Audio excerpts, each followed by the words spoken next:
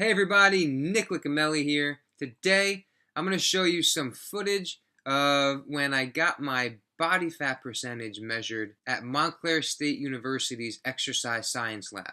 Now these measurements were taken a week into my 2018 contest prep. So this was early March of 2018 and my first show was at the end of August. And right now I'm a day out from my second show. The thing with body fat measurements is that they are estimates. So there are many different ways to measure body fat, but no matter what method you use, keep in mind that it's just an estimate and that the number that it spits out is probably not accurate, and it's not important if it's accurate because you're not trying to get a certain number. What you're trying to do is have consistency in the measurements over time to measure change. That's the most important thing. In this video, I'm going to show my body fat getting read using bioelectrical impedance assessment, or BIA, skin fold measurements using calipers, and underwater weighing. BIA works by using the fact that an electrical impulse will travel at a different speed through fat tissue versus muscle and bone tissue. So tools that measure body fat like this are things like a bathroom scale that you stand on with bare feet, or those little handheld things like a little steering wheel that you hold, and then it sends an electrical impulse through your body and it gives you a body fat percentage. So depending on how much fat there is versus muscle, that electrical impulse is going to travel at a different speed. That's an oversimplification of how it works, but that's the basic idea. Skin fold measurements using calipers actually physically measures the subcutaneous fat, so the fat under your skin. There are specific landmarks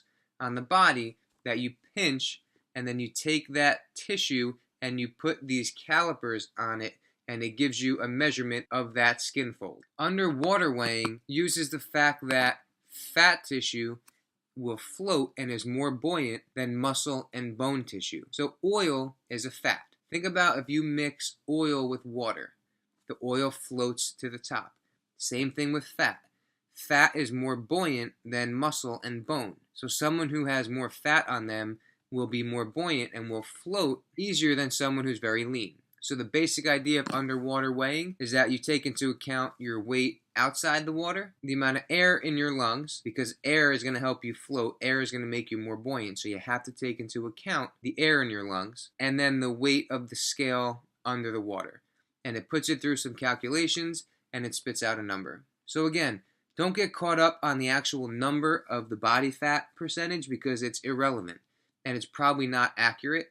What you want is consistent measurements over time. So testing the same way, the same time of day, with the same foods and fluids and sodium intake, that would be ideal consistently through the weeks and months of a time when you want to measure progress. And hopefully it will spit out some consistent measurements to help you measure change. So again, this was about 1 week into my 2018 contest prep at Montclair State University's exercise science lab. Thank you so much to Alex Enrique for taking the time to do this, and I hope you enjoy.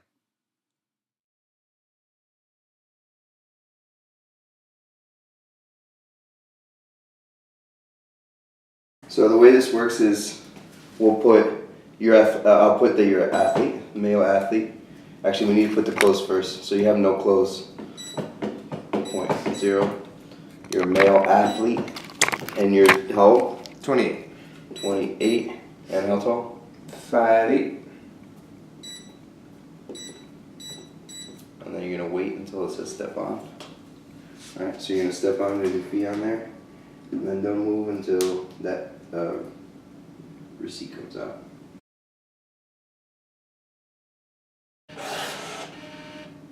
Great. Alright. So then this just gives you some information from this machine, which is validated. So here it says you're 9.3% body fat. Is that where you're usually around, or? Yeah, my scale at home, I have one that doesn't, that's probably not as accurate as that, but it says something like 10.8, 11.0, something like that. Yeah. So then this is something you can take with you, and I have a data collection sheet. So right after I'll show you what that does, Awesome. And then I'll be able to send you that sheet, and that does all the calculations.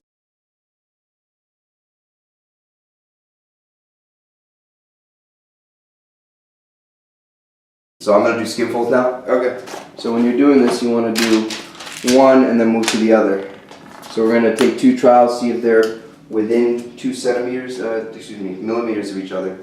So the first one I'll start from the back.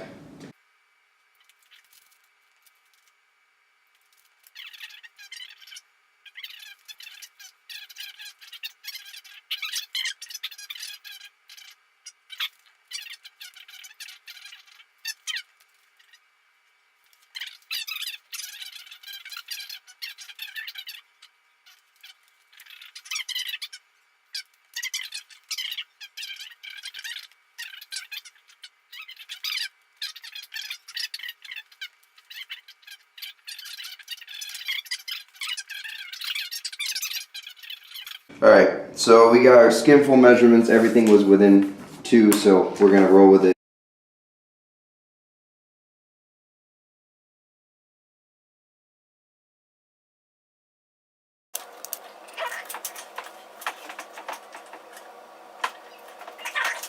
Let's get on the actual scale. Okay. Get your measurement on the actual scale. 152.8. Cool. So I'm just gonna round it back here. 154 scale. We'll use that for this calculation just because that's what we're gonna. Okay. We also need to do this. So. Oh yeah, I remember this. This is spirometer. So this is how we're gonna measure what's left in your lungs after you blow out. So we're gonna measure your total capacity to blow out. So you're gonna blow in this, and then cover your nose and make sure your lips are puckered. Because I tried this morning and some air still went out, but make sure that all the air goes forcefully and as fast through that spirometer as possible. All right. So deep breath in. Push, push, push, push, push, push, push, push, push. Good. Everything out? Good. Alright, let's check it out. So you're 4,800. We can give it a little break and you can do it again. Okay.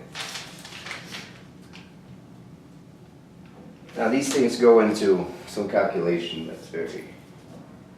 Okay. But yeah, because we have an Excel sheet. So. Because I exhale, you have to know how much air is still in your air lungs. is in there, because then that's going to affect if I sink or float, right? Yeah. And so, like you'll see, I'm gonna put on this. We're gonna put this on, and then we're gonna zero it out.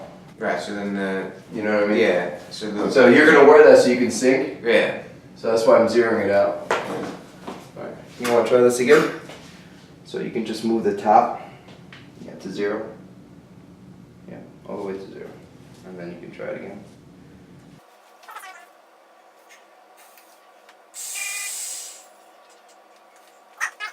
A little bit better? Oh yeah, look at that. Oh, yeah. So 50, that's 1, 2, 3, 4, 5,400. We'll do it one more time and see if it stays around there. Okay. Because the first time was your first time doing it, so we're gonna just wait a little bit and try it one more time. Because you see, when you see numbers a little bit far away like this, it's tough. Yeah. You can take an average, but you want to see it stabilize first. So like if you get 53 or 5,200, at least over 5,000, that'll be out. Okay. So then we'll take these two numbers and average those, and I'll put that in the equation. Cool. All right. So we'll take these two. We'll give you 5,200 as the. You want to check the temperature of the water because we're gonna need the water density. Okay. Talking, that's 12, 14 degrees Celsius. But I'll write both just in case.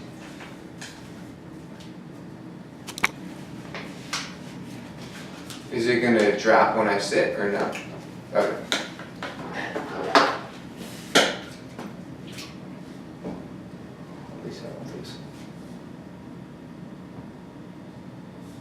So you're going to sit on it like this. I'm going to hold it and zero it up first, and then we'll continue with the steps.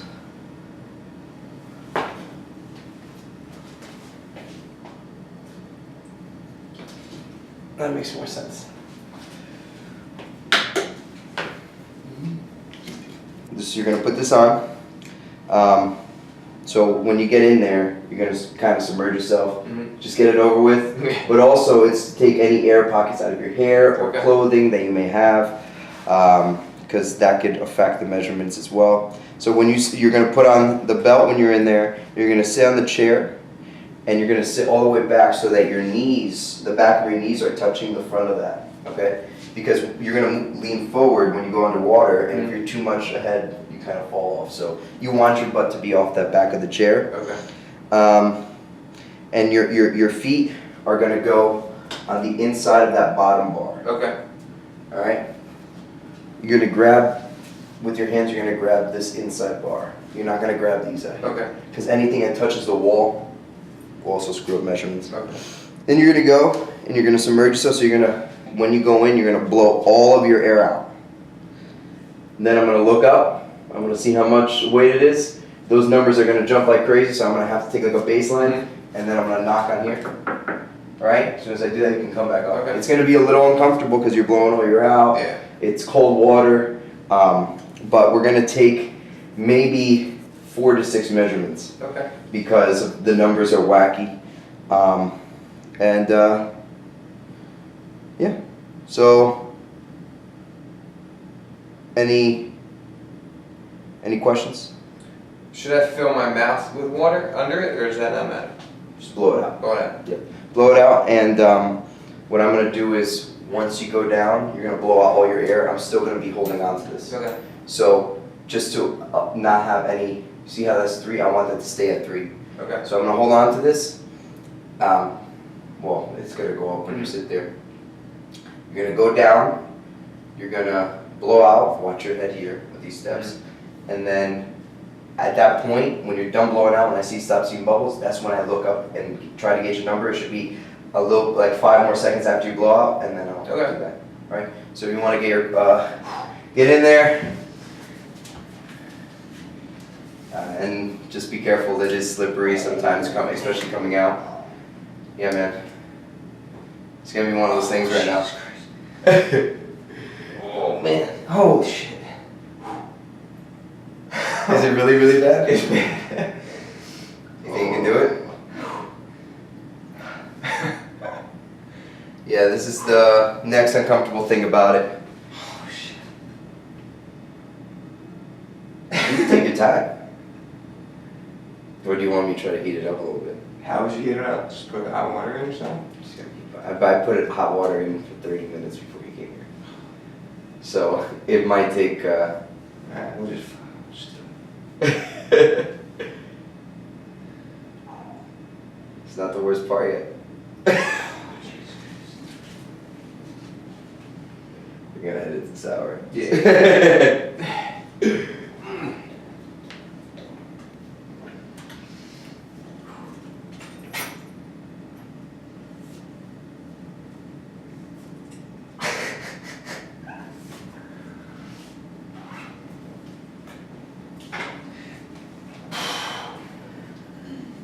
You did it. You did it. Let it get there.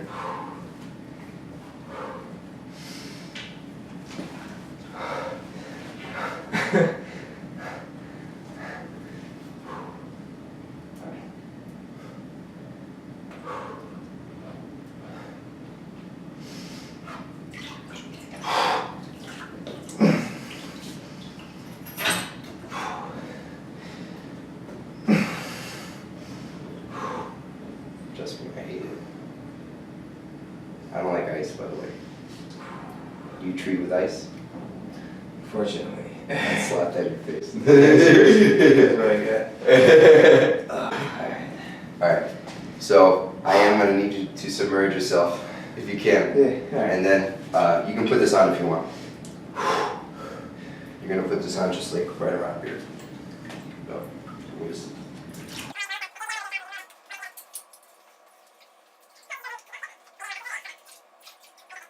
now you gotta submerge yourself. Yeah.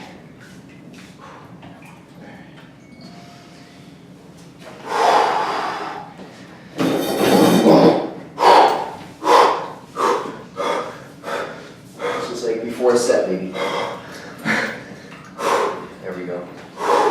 so you're sitting down? I'll give you a couple seconds.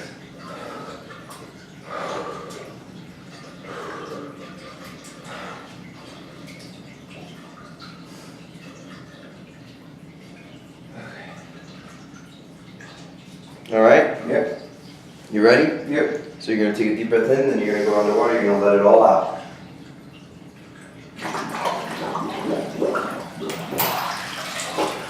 Too cold? Yeah. Yeah, that's why.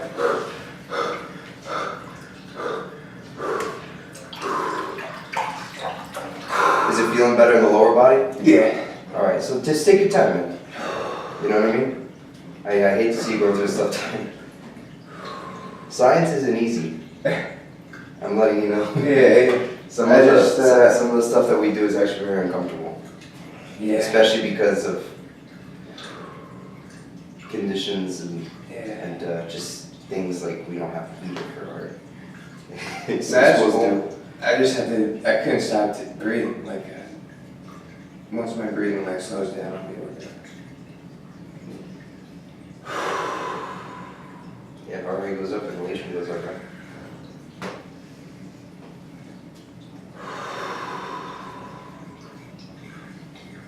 At least you submerge yourself. Yeah.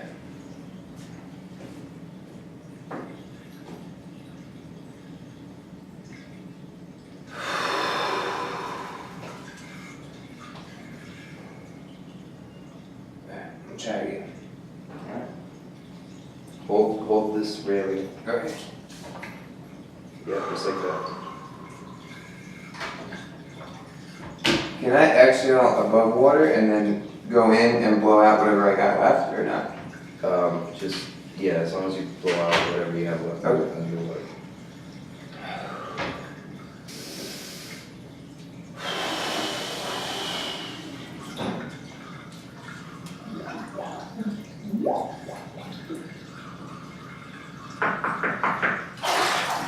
Good.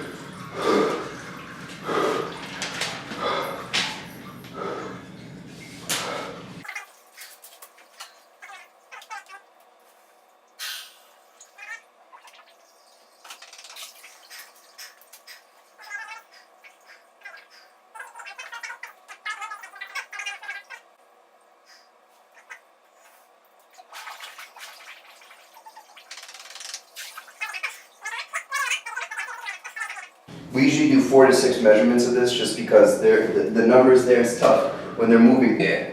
So we try to get as many as we can and try to pick that number that we see the most, or if there's a high and low range, we try to average it. Okay. So, you ready? Good.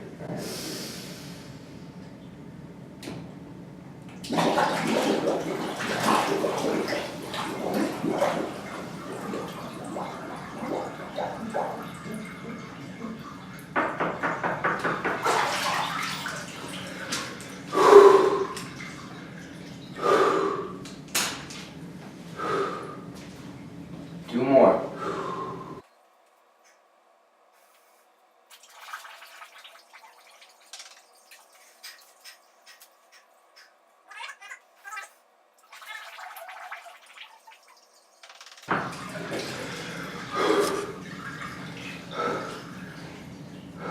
When you're ready, your towel awaits you. Oh man.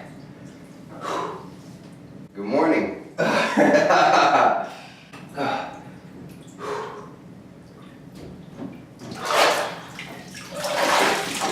I should probably take that off first. I'm sorry, your body knows. So I'll bring the computer in here and show you all the calculations, whatever. And I'll send you the sheet. And then we can do it again after the